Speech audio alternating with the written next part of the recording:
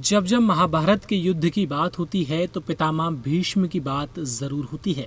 इसमें सबसे खास बात तो ये है कि रणभूमि में बाणों की शैया पर लेटे भीष्म पितामह का दृश्य हर किसी को आज भी चकित कर देता है। आखिर क्यों पितामह होने के बाद भी अर्जुन ने उन्हें इस प्रकार असंख्य बाणों से भेद दिया था? आखिर क्यों युद्ध भूमि में भीष्म पितामह इतनी तकलीफ में होते हुए अपनी आखिरी सांसों का इंतजार करते रहे? सवाल तो ये भी है, अर्जुन ऐसे भी तीरों का प्रयोग कर सकते थे जिससे उनकी मृत्यु हो जाती, लेकिन ऐसा ना करते हुए उन्होंने सैकड़ों तीरों का उपयोग यानी कि प्रयोग किया था। ऐसा आखिर क्यों किया था? क्यों सभी कौरवों और पांडवों ने उन्हें इसी प्रकार से मृत्युशैया पर युद्ध भूमि में छोड़ दिया था?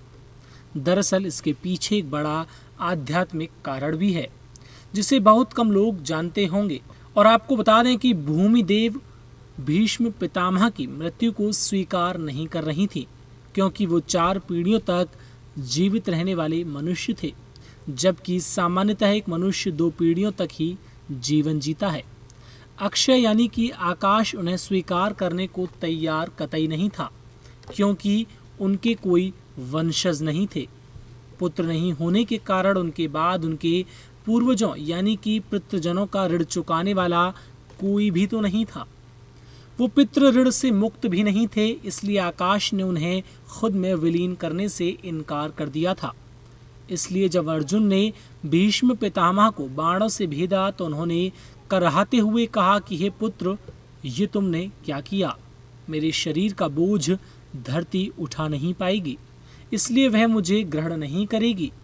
पुत्र विहीन होने के कारण मुझ पर जो पितृ ऋण का पाप है, उसके रहते आकाश भी मुझे ग्रहण नहीं कर पाएगा।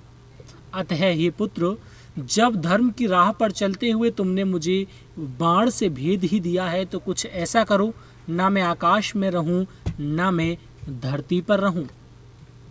इस प्रकार उनकी प्रार्थना स्वीकार करते हुए अर्जुन ने अपने धर्म का पालन किया और उन्हें बाणों की शैया पर लिटा दिया कि वो ना धरती पर रहें और ना ही आकाश में। नेक्स्ट 9 न्यूज़ रूम से आकाश की रिपोर्ट।